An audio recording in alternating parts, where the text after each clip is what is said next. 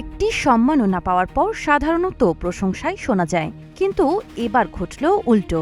একটি পুরস্কার ঘিরে শুরু হলো বানান ভুল, তড়িঘড়ি প্রস্তুতি এবং রাজনৈতিক উদ্দেশ্য নিয়ে তীব্র বিতর্ক।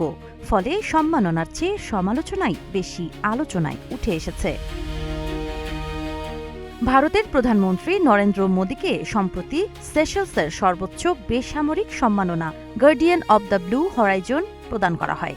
তবে সমালোচকদের দাবি, মোদীর সফরের ঠিক আগে এই পুরস্কারটি তৈরি করা হয় এবং এর প্রশংসাপত্রের খসড়া কপিতে সেশেলসের নাম ও রিপাবলিক শব্দের বানান ভুল থাকায় বিষয়টি সামাজিক যোগাযোগ মাধ্যমে ব্যাপক আলোচনার জন্ম দেয়।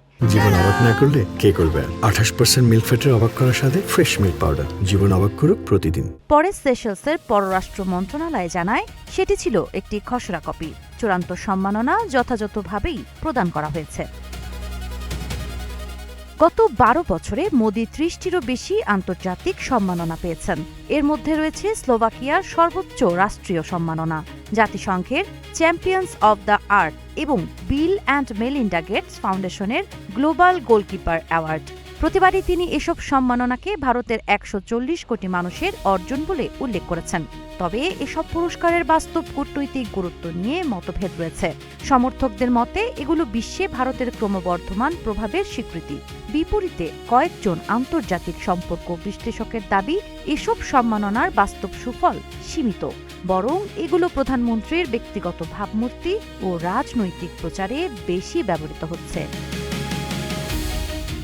সাবা খান, নাগরিক প্রতিদিন।